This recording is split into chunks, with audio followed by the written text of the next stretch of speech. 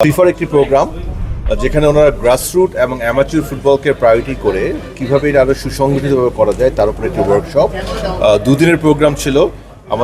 আমার সম্মানিত টেকনিক্যাল কমিটির চেয়ারম্যান আমার কালিগ হিদর সাহেব এখানে আছে, মূলত তাদের ডিপার্টমেন্ট এবং টেকনিক্যাল ডিপার্টমেন্টের নেতৃত্বে প্রোগ্রামটা হয়। এখানে ফিফার তরফ থেকে গ্লোবালি একটি কাজ করা হয় যে আপনি জানেন যে কোনো দেশে প্রফেশনাল ফুটবল কিন্তু লেস দেন 1% খেলে, মূলত খেলা হয় অ্যামাচুর ফুটবল এবং গ্রাসরুট লেভেল ফুটবল।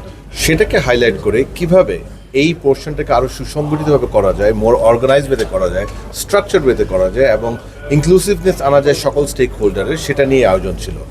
প্রথম দিন ছিল একটি সেশন ভুটান থেকে এবং if am not wrong I think Myanmar থেকে, ফিলিপিন্স থেকে দুজন প্রতিনিধি ফিফার রিজিনাল কনসালটেন্ট, একজন সাউথ এশিয়ার টেকনিক্যাল কনসালটেন্ট, একজন আসিয়ানের টেকনিক্যাল কনসালটেন্ট এসেছে।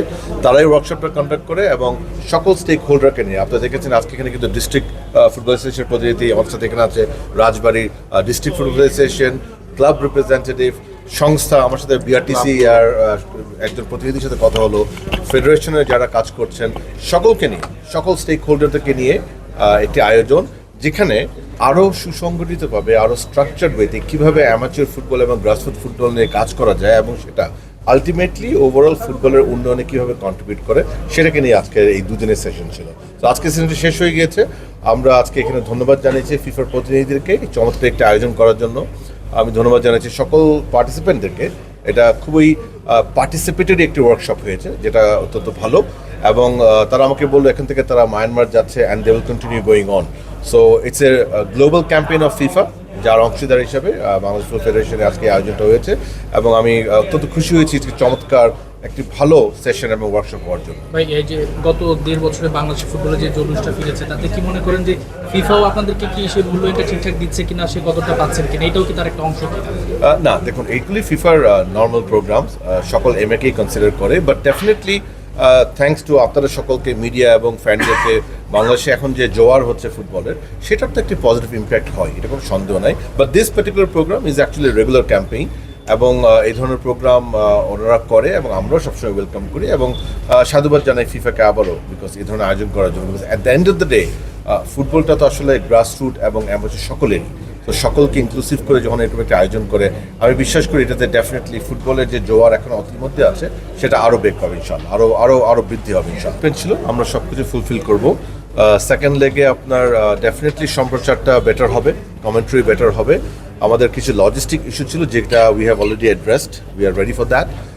সুতরাং আমাদের যে কমিটমেন্ট ছিল minimum 4 camera to maximum 8, if I am not wrong, but 8 শুধু একটা ভেন্যুতে করা সম্ভব হয়, বাকি সবগুলিতে 4 ক্যামেরা হবে।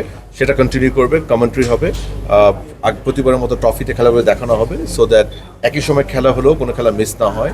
আমাদের ইউটিউব চ্যানেলেও খেলা দেখানো হবে।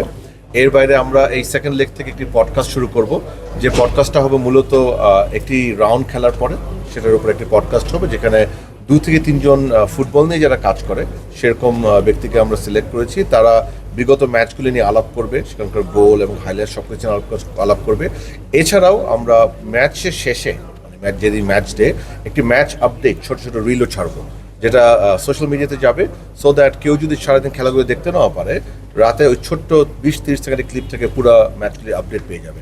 সো ডেফিনেটলি আমরা শুরুতে যে কন্টেন্টগুলি দিয়েছিলাম আমরা সবগুলি ফার্স্ট লেগে করতে পারিনি, সেটা আমি স্বীকার করি এবং এর আগে আমি অ্যাপোলজিও চেয়েছি ফ্যানদের কাছে, আজকেও চাচ্ছি।